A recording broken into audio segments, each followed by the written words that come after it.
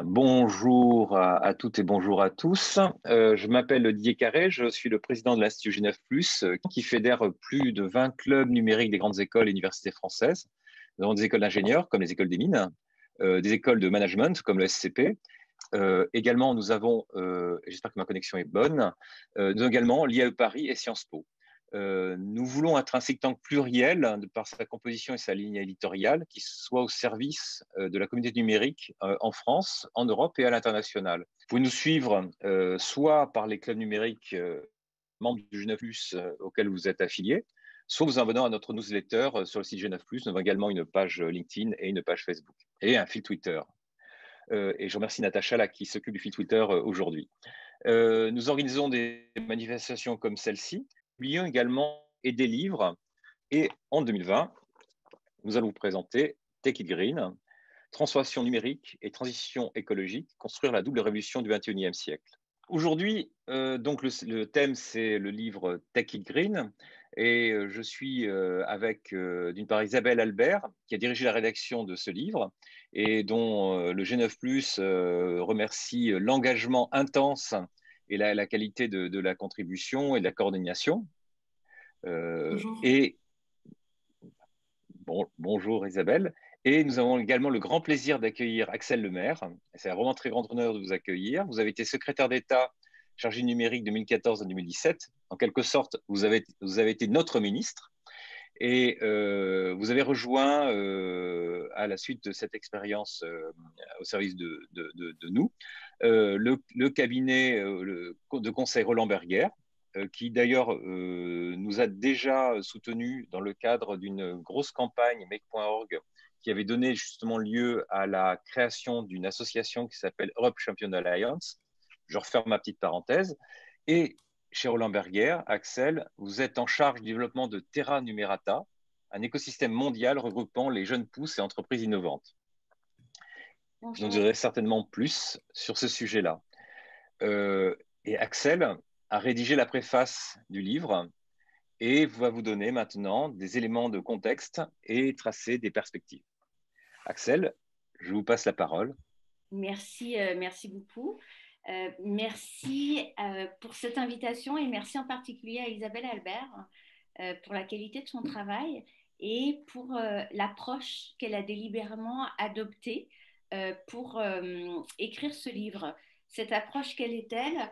C'est d'abord de parler à toutes les parties prenantes et de donner la parole en particulier aux entrepreneurs de la Green Tech qui développent des produits et des solutions qui peuvent accélérer la transition écologique grâce au numérique.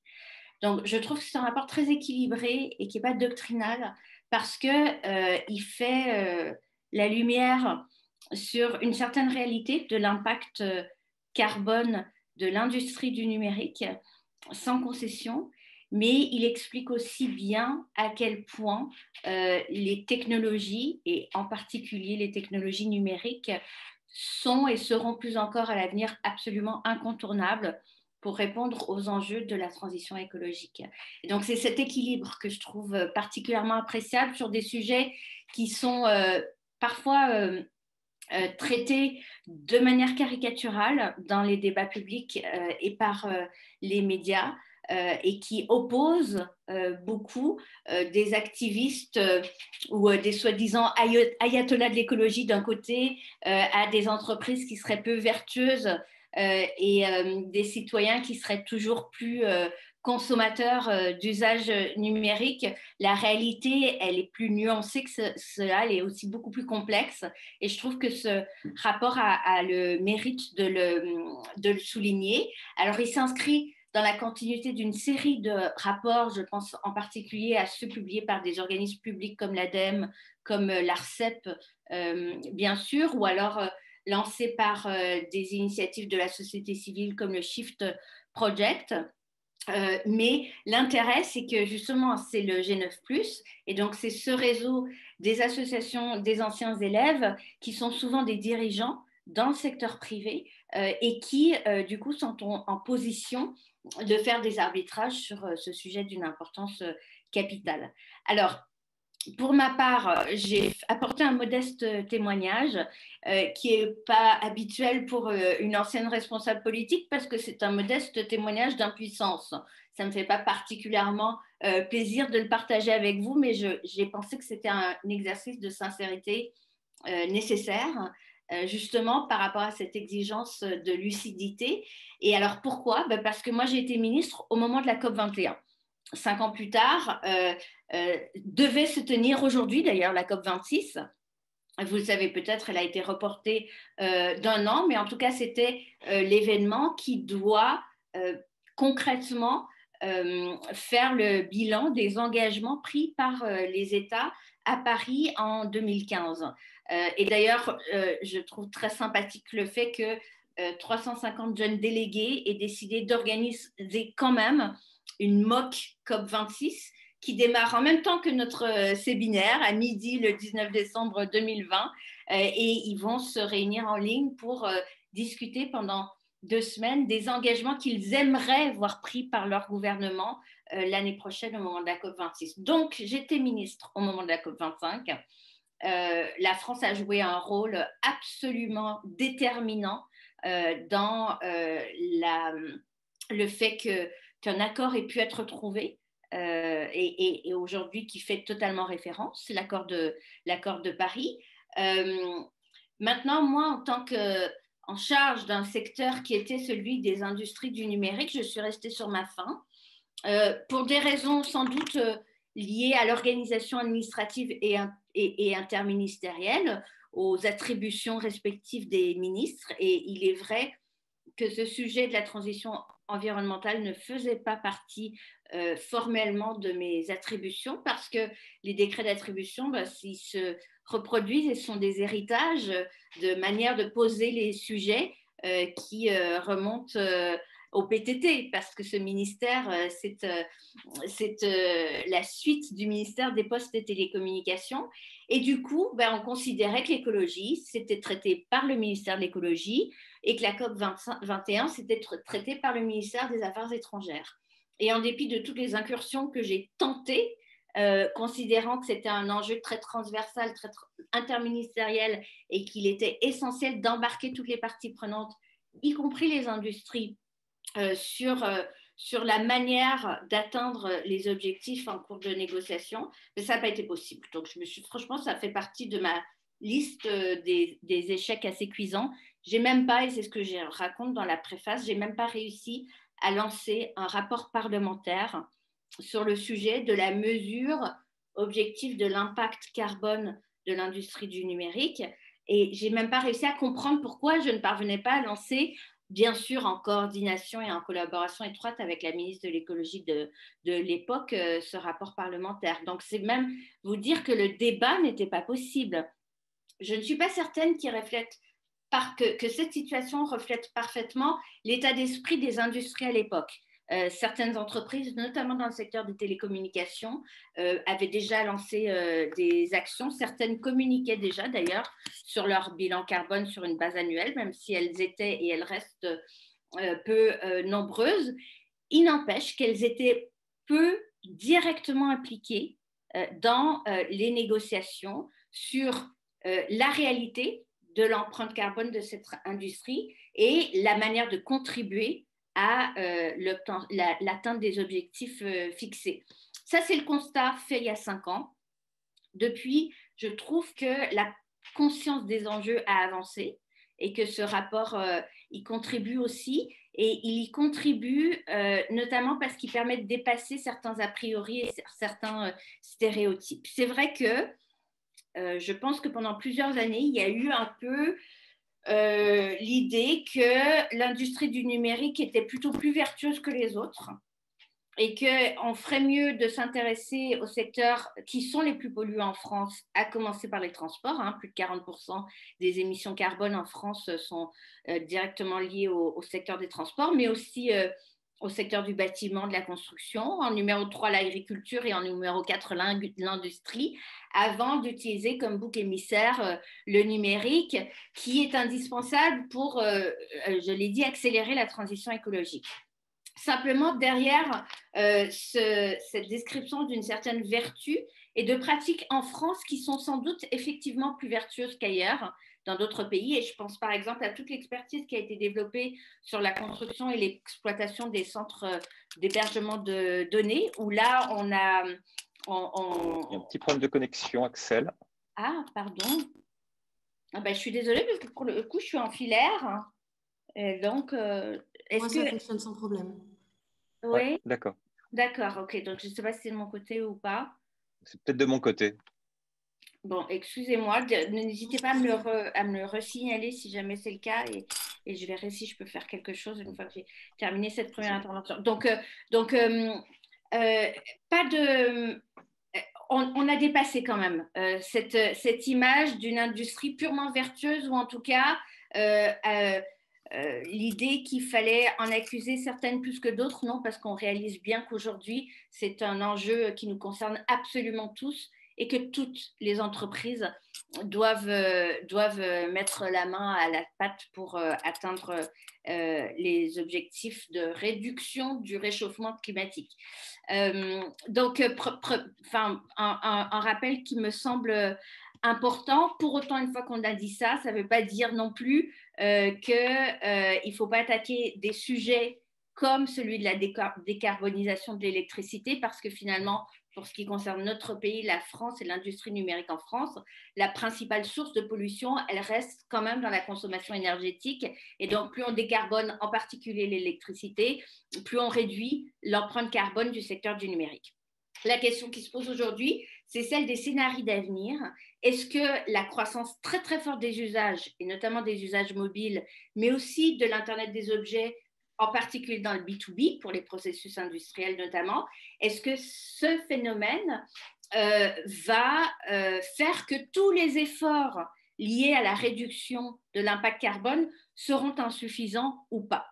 Et alors là, ce qui me frappe, c'est de constater que les chiffres dont nous disposons ne sont pas d'accord et qu'on a encore aujourd'hui, en 2020, des incertitudes sur la réalité de la contribution de l'industrie à la pollution et de la manière dont la croissance inéluctable des usages, et on parle beaucoup de la vidéo en très haute résolution et en streaming, vont contribuer à alourdir cette empreinte carbone. Alors moi, j'en profite pour demander qu'il y ait un effort, notamment des pouvoirs publics, qui soit beaucoup plus grand pour investir dans la collecte de données sur ce sujet, en lien avec les laboratoires de recherche et les entreprises, mais aussi sans doute pour être le premier exemplaire. Et donc, vous savez que la loi pour une République numérique a posé le principe de l'open data. Le principe d'ouverture des données publiques, il est particulièrement utile sur les sujets environnementaux. Et là, il y a quand même un problème, c'est-à-dire qu'on ne bénéficie pas encore aujourd'hui du potentiel de l'open data pour nous éclairer sur ces enjeux. Je trouve que ce rapport est très utile parce qu'il propose des solutions, et il propose des solutions qui proviennent du secteur privé, des entreprises, des citoyens et des pouvoirs publics. On reparlera de l'idée d'une charte du secteur inspirée de ce qui s'est fait dans le domaine des transports. Pour ce qui concerne les usagers, les citoyens, les individus particuliers, c'est difficile d'aborder le débat de la sobriété ou de la frugalité des usages. Ça l'est d'autant plus qu'on sait que le pire de la pollution, il vient de la production d'abord, et ensuite il vient des data centers et il vient des réseaux, et puis qu'à la fin, il vient des usages. Et donc, même s'il y a une croissance des usages, finalement, est-ce qu'on ne se trompe pas de combat en accusant les consommateurs? Il n'empêche que je trouve que ça vaut quand même la peine de poser la question. Et quand je regarde à quel point Cédrico, qui est mon successeur au gouvernement, lorsqu'il a voulu aborder ce sujet, s'est pris un vent de contestation de toutes parts, je me dis que c'est compliqué et que pourtant il faut mettre le sujet de la sobriété des usages individuels sur la table, ce que fait ce rapport, et je trouve que c'est salutaire.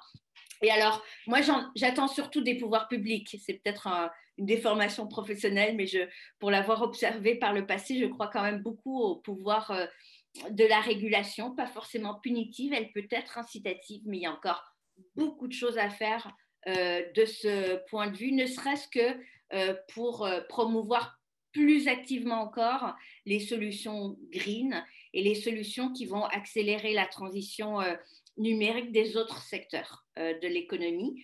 Je constate, alors, chez Roland Berger, qu'il y a quand même un mouvement de rapprochement de l'IT, des départements informatiques, de la RSE et de la stratégie.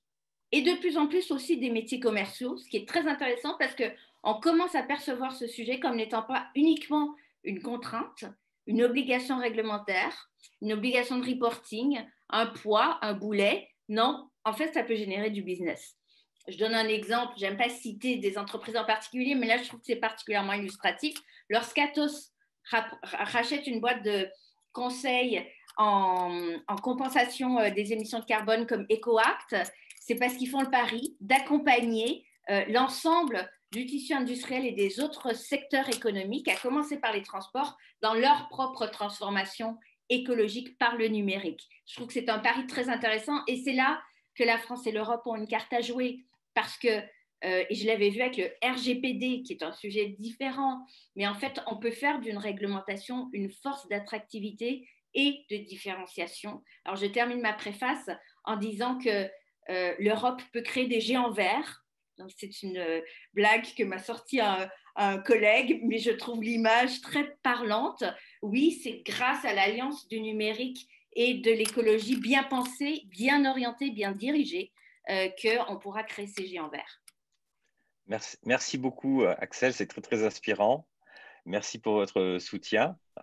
Maintenant, Isabelle, raconte-nous le livre. Alors, je vais faire plus que vous raconter le livre. Je vais vous dire pourquoi moi, c'est un des sujets qui m'interpelle le plus pour les 10 années qui viennent. On a tous vu pendant le Covid à quel point on était devenus des sociétés qui bénéficiaient du numérique pour nos liens sociaux, pour le télétravail, pour passer sur le e-commerce, pour faire de la santé. Et on a gagné, moi je suis vice-présidente d'une association de professionnels du numérique régionale, on a gagné, en tout cas sur ma région, 10 ans en transformation numérique pour les entreprises.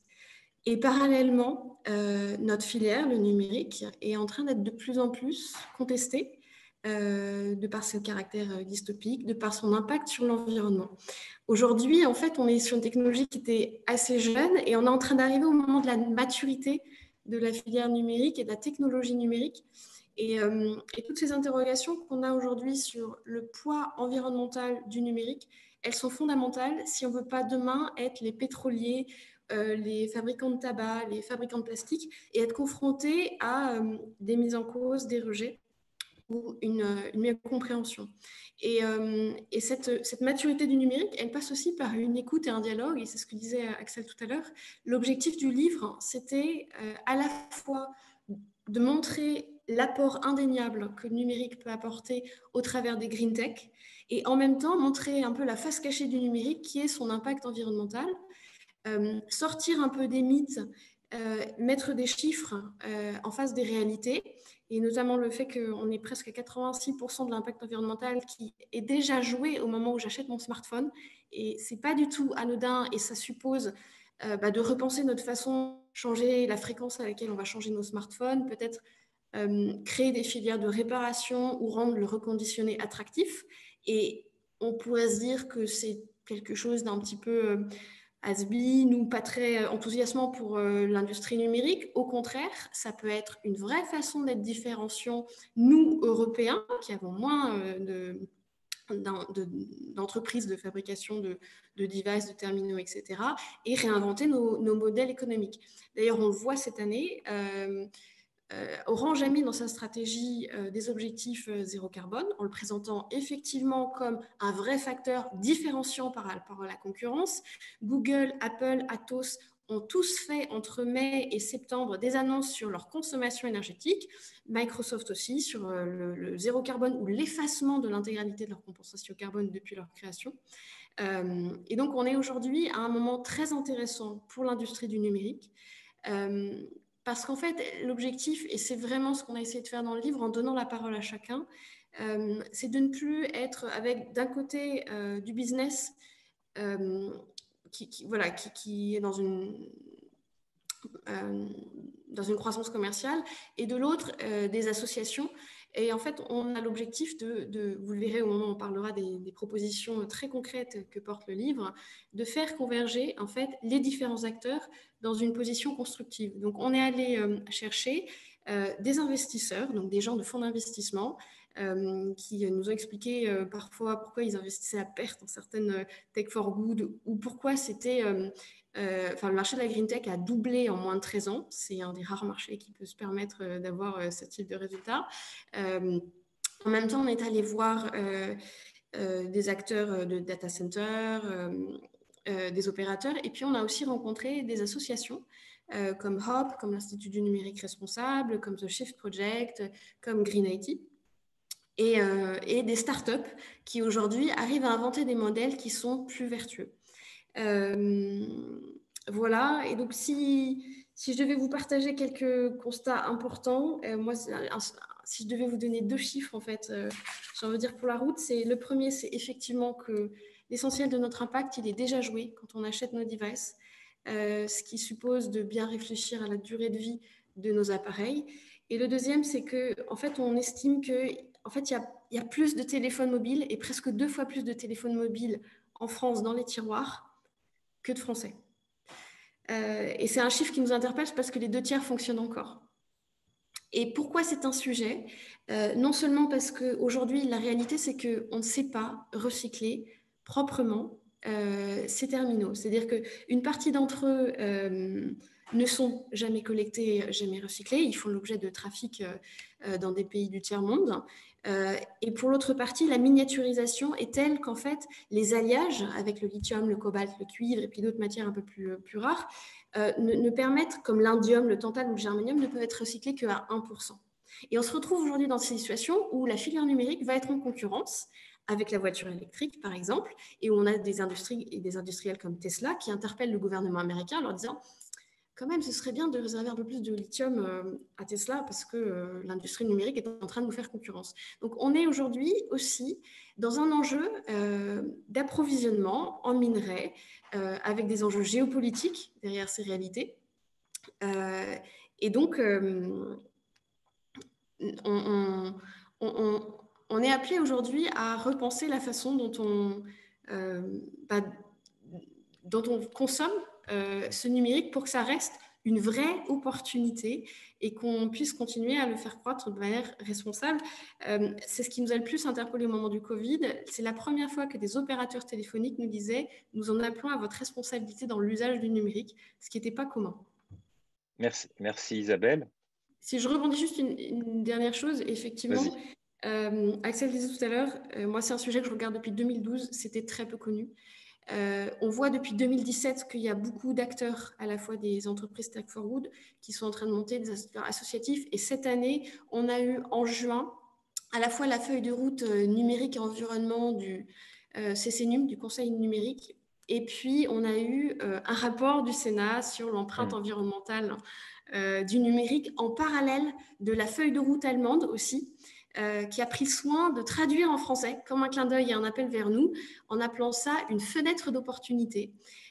Donc, on n'est pas du tout dans une... voilà, on est à un moment un peu charnière et l'objectif, c'est de le co-construire.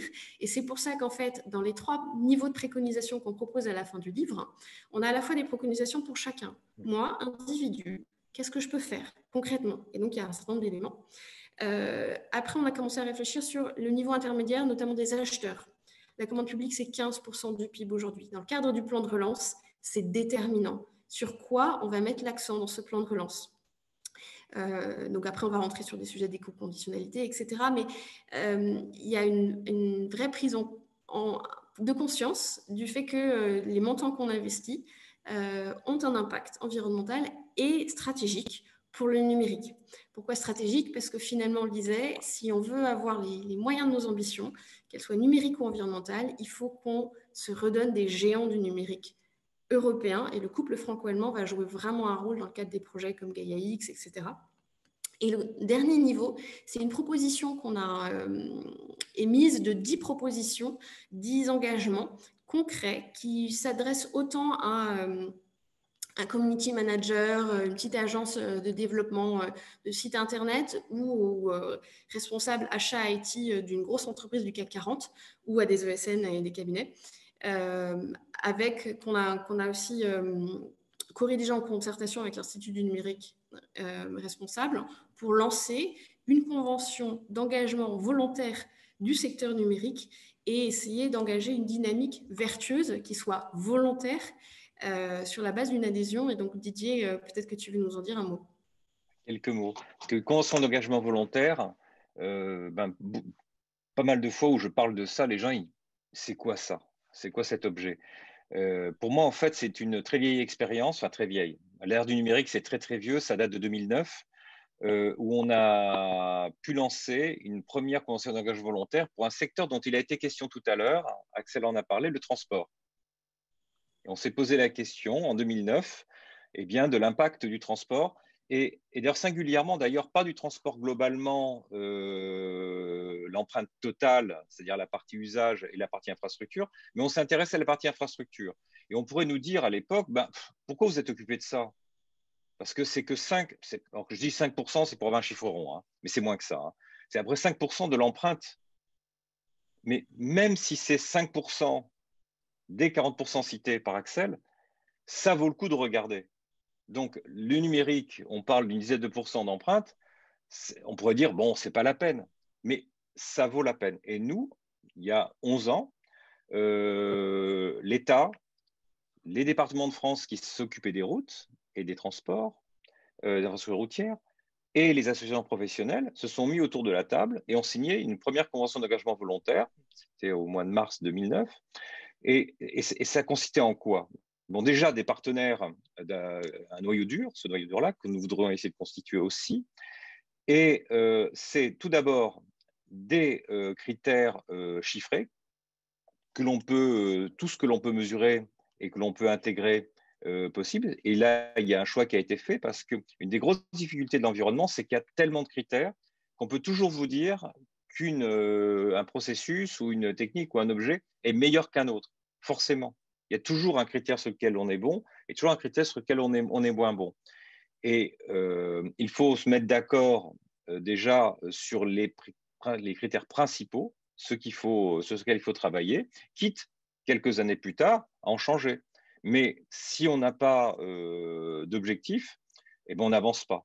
Et là, en l'occurrence, dans le cas de la convention volontaire du transport routier et du transport en général, on a pris les gaz à effet de serre, évidemment, l'énergie, évidemment, c'est lié, et ça peut se mesurer et on peut voir quelle énergie est consommée.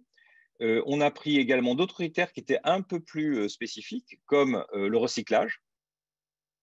Hein, à l'époque, je me rappelle, avant 2009, avoir fait une présentation disant qu'en France, on recyclait 30% des granulats routiers. Alors qu'en Allemagne, on en recyclait 80-90% et 100% aux Pays-Bas. Je dis, les gars, c'est pas possible. Mais je pouvais faire le discours 15 fois, on en restait là. Ça n'avait pas bougé. Avec la convention d'engagement volontaire, il a été dit, eh bien, dans un certain nombre d'années, nous allons passer de 30 à 60%. Et le pari a été gagné. Et ça a pu être fait parce qu'on avait un indicateur qui a permis d'avancer. Tout n'est pas forcément, il n'est pas forcément de tout mettre en forme d'indicateur. Il y a d'autres façons de faire avancer les choses. Il y a des actions sur la biodiversité qui ne sont pas mesurables. On ne peut pas mesurer, il n'y a pas d'indicateur commun de biodiversité. On ne sait pas, c'est pas bon. Par contre, ce que l'on peut faire, au moins, c'est de mettre en valeur les actions qui sont faites. Donc c'est pour ça qu'il y a eu un prix de la biodiversité qui a été créé. Et de façon plus globale, un institut a été créé, l'Institut de la route, de la rue et d'infrastructure de mobilité, l'IDRIM, iDream, c'était un petit peu un jeu de mots, dont l'objectif a été de regrouper les sachants, les parties prenantes, pour diffuser des bonnes pratiques, des conseils. Et finalement, peut-être que, un petit peu comme ce livre-là, qui informe, explique et donne des premières indications, des premières choses à faire. Et c'est la pédagogie, à mieux comprendre pour pouvoir agir. Et c'est là où on en est maintenant. Hein, on est en train de regrouper un certain nombre de parties prenantes, donc l'Institut numérique responsable en fait partie. D'autres nous rejoindront, aussi bien des associations que des entreprises, associations professionnelles ou associations de la société civile, pour, en fait, plutôt que de faire chacun son petit travail de son côté, eh ben, pouvoir prendre la partie numérique qui est, Axel l'a dit, complètement transversale, pouvoir avancer sur ces sujets ensemble. Et le rêve qu'on pourrait avoir, c'est comme on a sur ces applications-là, sur ces engins-là, tous les lundis matins, un petit message vous disant que vous avez passé tant de temps sur votre téléphone à faire ça et ça et ça. Moi, je rêve que rapidement, on puisse avoir la même notification en disant, ben voilà, vous avez consommé un équivalent, peut-être pas forcément la musique, mais déjà, si on avait un proxy qui nous indique, eh bien, ben, telle et telle application, ben, ça a consommé un petit peu, beaucoup, là, vous avez fait des projets, etc., ça nous aiderait tous. Et si ça pouvait être intégré dans nos objectifs nationaux ou professionnels, ben, ce serait formidable. Alors, je vois qu'il y a une question qui arrive. Donc, tu as répondu pour la partie numérique. Dès lors que la partie hardware semble déterminante en termes de pollution, CO2 et de consommation de ressources rares, les minéraux, peut-on anticiper un durcissement des réglementations contre l'obsolescence programmée? Ou bien imaginer une évolution pour un recyclage effectif minimum des composants? Par ailleurs, le comportement des consommateurs évolue. Il y a des associations comme iFixit militant pour la réparabilité des appareils, le boom des reconditionneurs. Donc, le problème de l'obsolescence programmée, de la réglementation, qui veut prendre ça? Moi, je peux peut-être Oui. en dire un mot. Là aussi, pour d'abord constater que le regard posé sur ce sujet de l'obsolescence programmée a évolué plutôt dans le bon sens.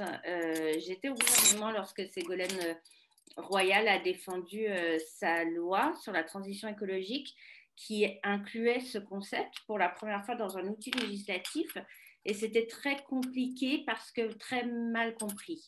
La réalité concernant notamment les devices, les smartphones en particulier, c'est qu'on réalise que les métaux utilisés, extraits dans les pays africains majoritairement pour produire ces téléphones se raréfient. On ne peut pas encore parler de disparition, mais la raréfaction des métaux, c'est un phénomène constaté, et il y a des prédictions assez sûres sur ce sujet, ce qui veut dire qu'en réalité, l'obsolescence programmée, on n'aura pas le choix pour des raisons de ressources, d'accès aux ressources, de l'intégrer dans les politiques publiques et donc dans les réglementations. Et de faire des arbitrages aussi industriels.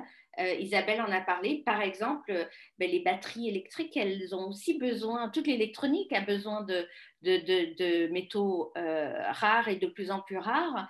Et donc, ce qui fait défaut aujourd'hui, c'est quand même l'absence de pilotage stratégique sur ce sujet, contrairement à ce que font d'autres pays comme la Chine et les États-Unis, qui, pour le coup, ont fait de l'accès à ce type de ressources un enjeu géostratégique et se donnent les moyens de se réserver cet accès pour des usages préidentifiés.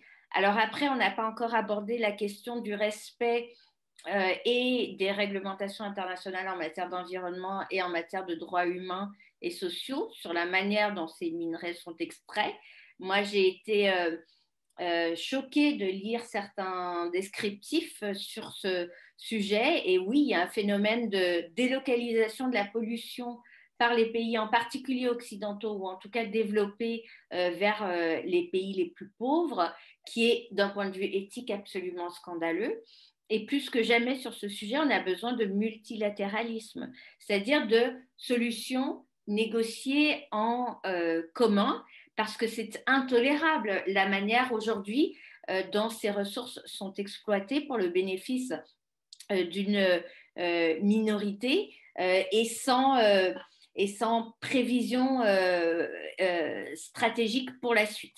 Donc, j'en reviens au principe d'obsolescence programmée. Moi, je pense que nous n'aurons pas le choix, dans un horizon de moyen à long terme, de le rendre plus rigide et qu'il faut anticiper cela et que l'industrie du numérique doit l'anticiper aussi, d'où effectivement l'intérêt de tous les programmes non seulement de recyclage, mais d'éco-conception qui permettent d'allonger la durée de vie des produits. D'emblée, on parle beaucoup de by design, donc il faut faire de l'ergonomie et de l'accessibilité by design, et oui, il faut en faire, il faut faire de la privacy by design, mais il faut faire de l'éco-conception by design.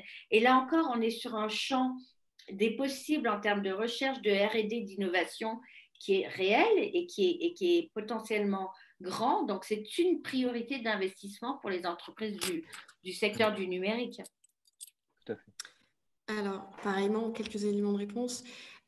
Suite à la feuille de route, au rapport du Sénat sur l'empreinte numérique, l'empreinte environnementale du numérique, il y a une proposition de loi qui a été déposée il y a un mois et qui vise effectivement en fait à contraindre les fabricants à prouver que la réduction de vie du terminal n'est pas imputable à une stratégie commerciale et à allonger la durée de vie de la garantie légale des conformités des produits numériques, par exemple, de 2 ans à 5 ans. Devrait rentrer en vigueur en janvier prochain un indice de réparabilité. Donc, on est aujourd'hui effectivement sur une prise de conscience de plus en plus forte, de fait, par cette contrainte qu'on a aussi sur les ressources qui nous permettent d'alimenter le numérique. Donc, on a beaucoup parlé des minerais. On sait aujourd'hui qu'au rythme actuel de croissance d'extraction du cuivre, il nous resterait, alors ça dépend des chiffres, mais il y avait un rapport de Stratégie France et un rapport de l'ADEME qui était sorti en juin. Mais je pense que de mémoire, on était autour de 26 ans sur les ressources faciles et à moindre coût. Alors, ça ne veut pas dire qu'on arrive à des situations de pénurie, ça veut dire que l'extraction facile, à moindre coût, telle qu'on la connaît, va se raréfier et que donc cette extraction va devenir de plus en plus chère et donc nos terminaux vont devenir aussi de plus en plus chers. Et on l'a dit, il y a une forte mainmise de la Chine sur les terres rares. Sur certains minerais, on a une très forte concentration dans des pays comme la République démocratique du Congo. Donc, on va sortir juste des intérêts de la filière et on va aller sur des vrais enjeux géopolitiques. Donc ça, c'est le premier élément. Le deuxième élément, pour répondre sur l'évolution des consommateurs, oui, c'est une forme de reprise de pouvoir, on va dire, du consommateur. Et en même temps, pour être très honnête, le Repair Café, c'est la première étape. Le problème aujourd'hui, c'est que la réparation, elle est assez rédhibitoire. C'est-à-dire que les gens vont renoncer à aller réparer un bien quand la réparation coûte à peu près 30% du prix du bien. Ça, c'est l'effet prix. Et le deuxième effet, ça va être des doutes vis-à-vis de la durabilité, la qualité de la réparation qui est faite. C'est pour ça que dans la loi AGEC, il y a des dispositifs. Il y a un fonds de réparation qui prend en compte une partie de la réparation, mais surtout, l'un des enjeux du législateur, c'est de fiabiliser, de normer un peu toute cette filière-là.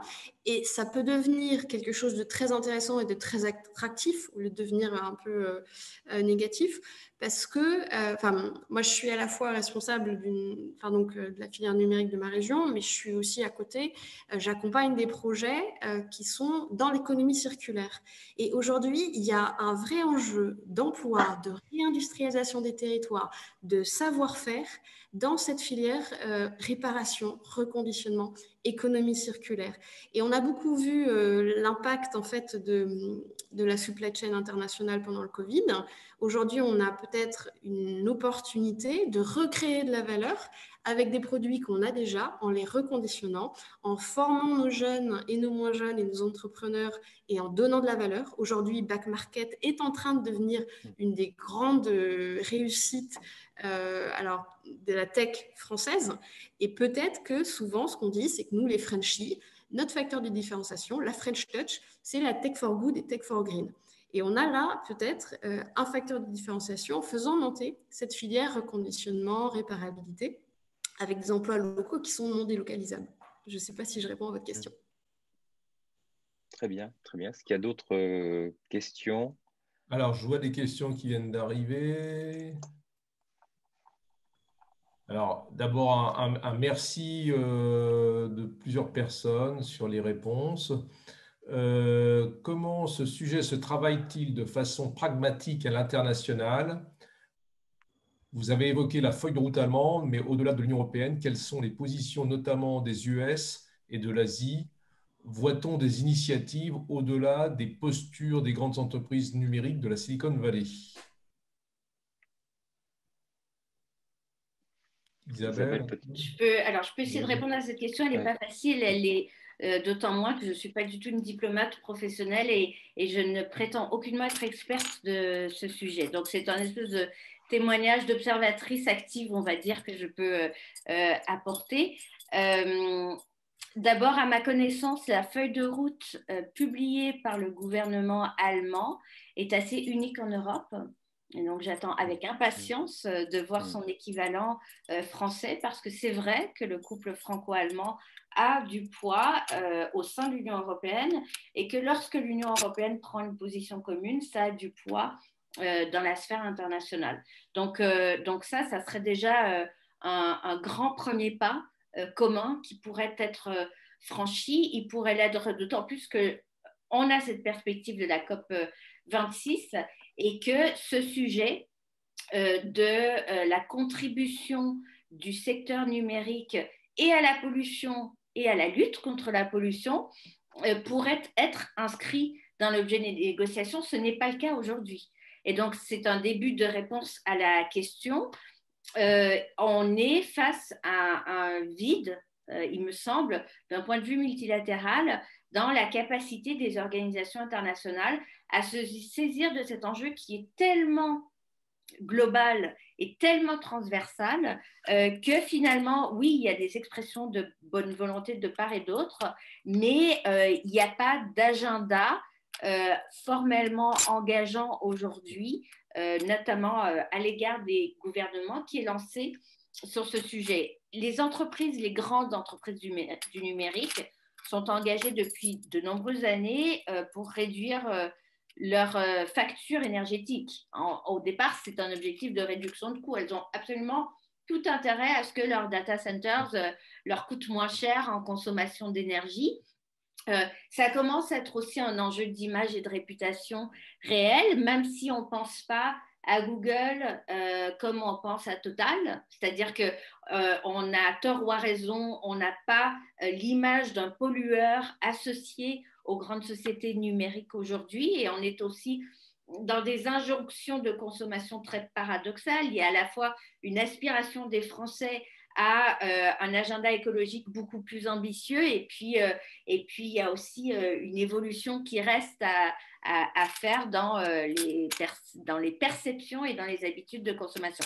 Toujours est-il que, mis à part cet objectif économique de réduction de coûts, et mis à part les certaines promesses de l'intelligence artificielle en ce qu'elle peut permettre de rationaliser les réseaux, les promesses de la virtualisation aussi des réseaux, il me semble qu'on est quand même au tout début de l'histoire et que là, il y a un champ des possibles pour le multilatéralisme international qui est totalement ouvert et totalement devant nous. On est quand même resté à l'époque du commerce international, de l'OMC, où on négocie des tarifs douaniers sur les pommes et les bananes. On n'a pas complètement fait la mue vers la sphère virtuelle et vers les technologies numériques pour ce qui concerne leur entrée dans les négociations internationales. Donc, c'est ça l'enjeu. On peut faire effectivement beaucoup d'efforts au plan de la filière, au niveau national, au niveau européen, mais la question, elle doit se poser au niveau international. On n'a jamais autant eu besoin de multilatéralisme, mais il ne s'est jamais aussi mal porté. Oui, deux éléments de réponse complémentaires. Ouais. Le premier, effectivement, c'est que c'est pas un hasard. L'ONU, en fait, met beaucoup l'accent sur le numérique au service des objectifs du développement durable. Et il y a tout un axe qui, en fait, est dédié au fait d'intégrer les territoires qui sont encore faiblement fibrés, équipés. Donc, en fait, l'objectif de l'ONU, c'est de commencer par dire on lutte contre une inégalité dans l'accès au numérique. Et donc, parler en parallèle peut-être de sobriété, etc., c'est encore quelque chose qui n'est pas arrivé, même si on voit des frémissements dans les rapports qui sortent. L'UNCTAD, un certain nombre de sous-organismes de l'ONU sont en train de sortir énormément de choses sur les déchets. Et donc, le sujet, il va forcément arriver par l'impact environnemental en Asie, en Afrique et dans certains pays d'Amérique latine. Aujourd'hui, l'extraction de minerais, ça crée en fait des pollutions de nappe phréatique, ça crée des déforestations. Donc, l'intérêt, on va dire, le changement, il risque d'arriver justement par cette problématique environnementale et donc peut-être plus de ce point de vue-là que par des entreprises. Après, effectivement, les grandes entreprises du numérique américaines ont beaucoup communiqué.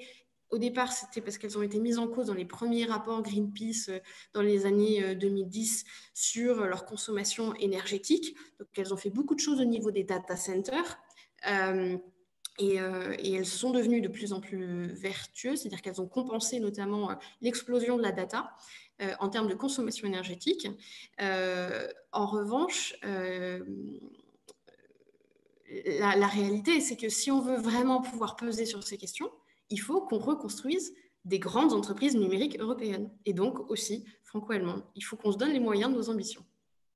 Et on est quand même très loin de l'obsolescence programmée dans le lancement des nouveaux produits. C'est-à-dire que chaque année, on attend la grande messe qui va présenter la nouvelle palette de smartphones avec toujours plus de fonctionnalités qui sont toujours plus énergivores. Et cette question reste absente des lancements de nouveaux produits. Donc, mis à part la poursuite de cet objectif de réduction de coûts, moi, je ne vois pas de mouvement massif vers une intégration du principe de sobriété dans les productions. C'est même le contraire. Aujourd'hui, les smartphones sont thermocollés. C'est-à-dire que nos premiers smartphones, on pouvait ouvrir la coque, retirer la batterie, la changer, réparer, souffler quand ça ne marchait pas. Là, aujourd'hui, si votre téléphone tombe par terre, on va vous dire que, en gros, ça va vous coûter 2 fois le prix du téléphone, que ce n'est pas la peine, ma petite dame, etc., etc. Donc, on va de plus en plus vers des produits qui sont, pour l'instant, moins réparables. On va voir l'évolution quand l'extraction des minerais va devenir de plus en plus difficile et qu'il y aura potentiellement une pression des consommateurs. C'est là qu'on arrive à des produits comme Fairphone, qui est une entreprise néerlandaise qui est en train d'essayer petit à petit d'arriver à faire un smartphone réparable, interchangeable dans ses pièces. C'est mitigé, mais c'est aussi parce qu'il faut qu'ils arrivent à monter en compétence, je pense, sur le système d'exploitation. Voilà, il y a aussi des questions sur la sensibilisation des consommateurs. Alors, outre l'obsolescence programmée, il semble qu'une communication au niveau des consommateurs et des acheteurs sur la véritable nécessité de renouveler son équipement vertueuse. En effet, il est clair, tant dans les foyers que dans les entreprises, qu'il est tout à fait possible de continuer à utiliser des équipements en place en reconfigurant les machines, en installant des logiciels moins gourmands, en évitant d'installer des logiciels qui n'apportent en fait aucun bénéfice réel. Y a-t-il des actions dans ce sens-là ? Dans le rapport du Sénat, il y a effectivement une proposition que la DINUM intègre dans un de ses dispositifs de marché au-delà d'un certain montant. Une exigence de pourcentage ou de proposition de produits reconditionnés. Je parlais de la commande publique tout à l'heure, je pense que l'État va avoir un rôle à jouer dans le caractère vertueux et l'exemplarité de l'État, parce qu'il faut encourager les acteurs du reconditionnement. Plus il y en aura, moins ce sera cher et plus ce sera fiable. Donc en fait, il faut qu'on massifie cette filière-là pour qu'ensuite les consommateurs individuels que nous sommes aient aussi un intérêt, une confiance et un intérêt, on va dire, rentabilité-prix à aller vers cette filière et que ça change les habitudes. Justement, pour changer les habitudes, là, une question complémentaire, là, est-ce que le ministère de l'Éducation s'est saisi de ces questions dans la formation des enseignants, dans tous les sujets qui traitent aujourd'hui de la sensibilisation des enfants au numérique, puisque le télétravail est quelque chose qui se généralise? Est-ce qu'on sait répondre à ça? Alors, je suis pas complètement au fait. Peut-être qu'Axel saura mieux dire que moi. Alors, Je sais que... moi, j'ai rien vu passer, mais ça ne veut pas dire qu'il n'y a pas Ouais. d'initiative qui existe. Est-ce que la dimension environnementale a été intégrée dans les cours liés à la découverte du numérique qui a été introduite dans les programmes? Je ne pense pas. En tout cas, j'en ai pas entendu parler. Que des associations de sensibilisation interviennent dans les écoles, c'est certain, mais c'est plutôt au bon vouloir des enseignants Voilà. et avec des marges de manœuvre limitées au vu des programmes chargés. Donc, non, je ne pense pas que ça soit devenu un sujet de contenu pédagogique. Au niveau de l'éducation nationale. Et je ne pense pas qu'on soit aujourd'hui dans une massification des usages alternatifs non plus. Et parce que sans doute les consommateurs ne sont pas suffisamment éclairés sur ces sujets, mais aussi parce que l'offre n'est pas suffisamment développée, elle reste assez confidentielle et qu'il n'y a pas de véritable filière, en dépit de sociétés qui individuellement réussissent, mais